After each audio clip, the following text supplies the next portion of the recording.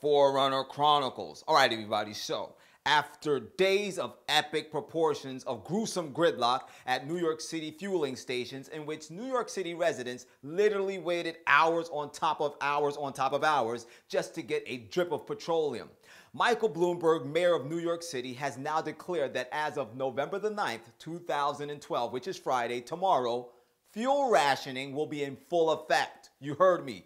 Fuel rationing touches down in NYC as of November the 9th. And all of this, of course, is as a result of the crippling effects of Hurricane Sandy. This is serious.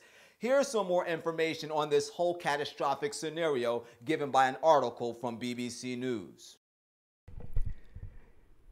In this article from BBC News entitled NYC Mayor Orders Fuel Rationing, we are told that New York Mayor Michael Bloomberg has ordered license plate-based patrol rationing 10 days after Storm Sandy ravaged the city. Fuel shortages since the storm hit have led to hours-long waiting times at pumps and traffic chaos for commuters struggling to get to work. Similar measures were introduced in New Jersey on Saturday and will also be enforced in New York's Long Island. Only 25% of the city's patrol stations are operating, Michael Bloomberg added.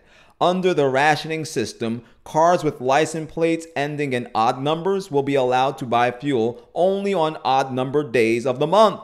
Cars with even numbers at the end of their license plates will be allowed to buy petrol on even-numbered days. The rule will come into effect at 6 o'clock Eastern Standard Time. Now, pardon me if I'm going before myself, but I can only imagine there are some of you out there that are saying, yeah, that sounds bad for the inhabitants of NYC, boo-hoo for them, but what does that have to do with me? Well, the Bible tells us in the book of Lamentations, chapter 3, beginning at verse 22, it is of the Lord's mercies that we are not consumed, because his compassions fail not, for they are new every morning. Great is thy faithfulness. The inhabitants of NYC, you have experienced the mercies of God in a marked fashion, because you know as well as I do that Hurricane Sandy was downgraded as it hit the shores of New Jersey. If it came in its full force, you would be looking at a situation far more cataclysmic than the one that you're dealing with right now, and it's only because of the mercies of God.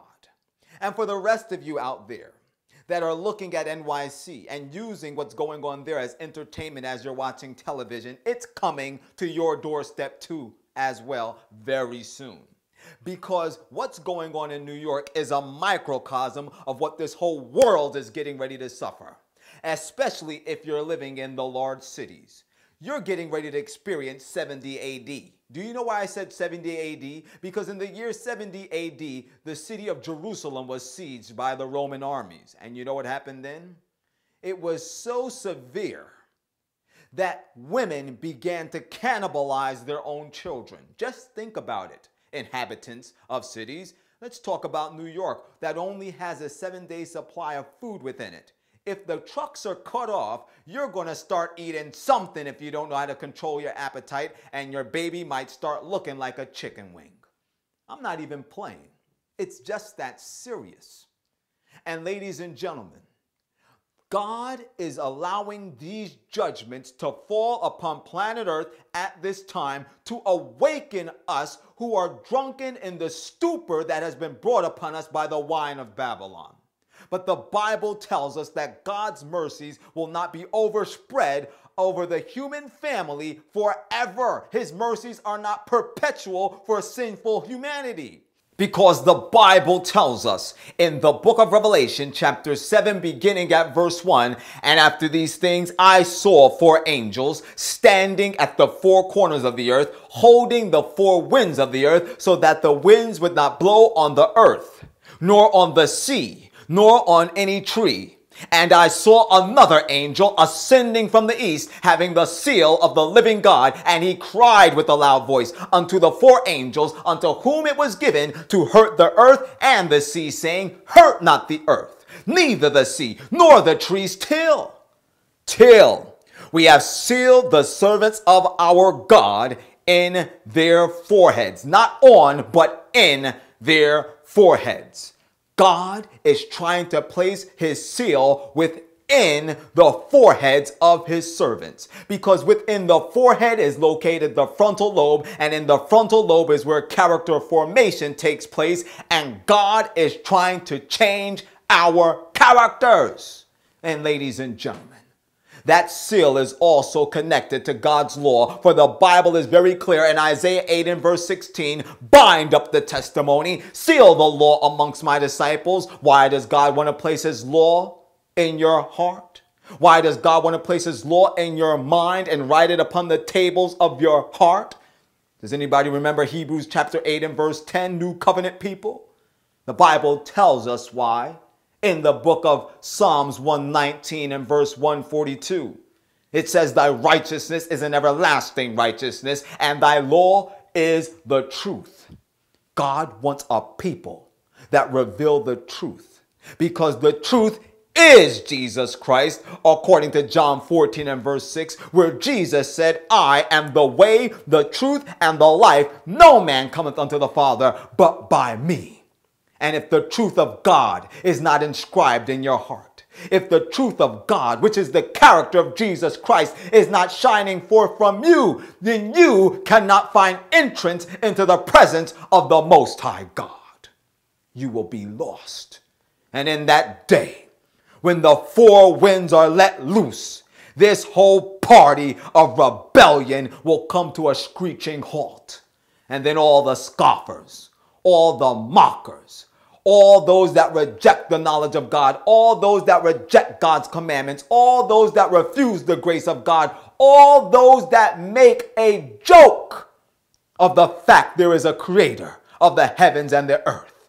In that day you will learn to pray, but it'll be too late for your prayers to be answered. It's wake up season. It's time to get up out of the slumber.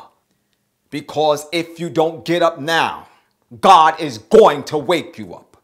Because God is going to send more and more judgments upon the godless cities of planet Earth until some wake up from the life of licentiousness and sin that they have been following, that they might realize that their ways are offensive before the King of the universe.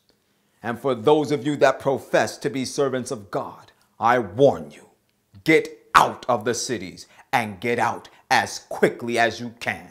Pray and move as quickly as you can. Ask God to lead you to where he would have you outside of the cities. Take your children under arm and get out.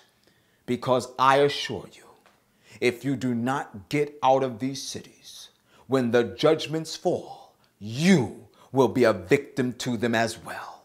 Take your families out into the more retired places on planet Earth so that they can hear the voice of God clearly, so they can be imbued with the Spirit of God and then go back into the cities like Enoch, like John the Baptist, and take the gospel message to a dying world. It's time to make a choice for eternity. Wake up. As always, this is the Forerunner, and whether you like it or not, it's only just begun, and the truth is the truth.